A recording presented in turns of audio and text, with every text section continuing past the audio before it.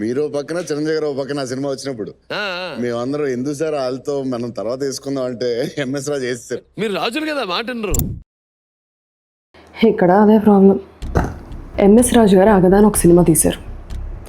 జప్పన August 14th release date announce చేస్తారు. August 14th release అంటే అది అందరికీ రీచ్ అయిందో లేదో, అయినా సరే August 14th రిలీజ్ అని అందరికి తెలియాలంటే అబ్సెషన్లో ఒక దుమ్ము దులిపావు కదా, ఇక్కడ అగదా కోసం కూడా దులుపు.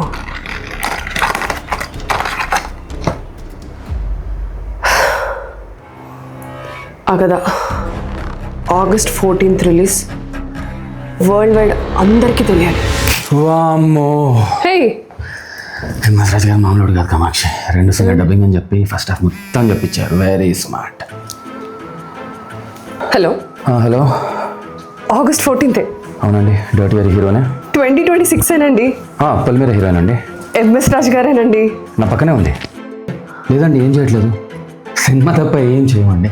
మీడియా సార్ మళ్ళీ చేస్తాను సార్, సారీ. హలో కామాక్షి, ఒక్క 2 సీన్లు మళ్ళీ డబ్బింగ్ చెప్పాలమ్మా. సార్. Okay sir. సార్ ఇంకో మంచి విషయం సార్, అగదా August 14th రిలీజ్ అవుతుందని అందరికి తెలిసిపోయింది సార్. ఇన్స్టాగ్రామ్లో అయితే వైరల్ అయిపోతున్నాం సార్. వైరల్ అవ్వడం కాదమ్మా, ఫుట్ ఫాల్స్ రావాలి కదా సార్.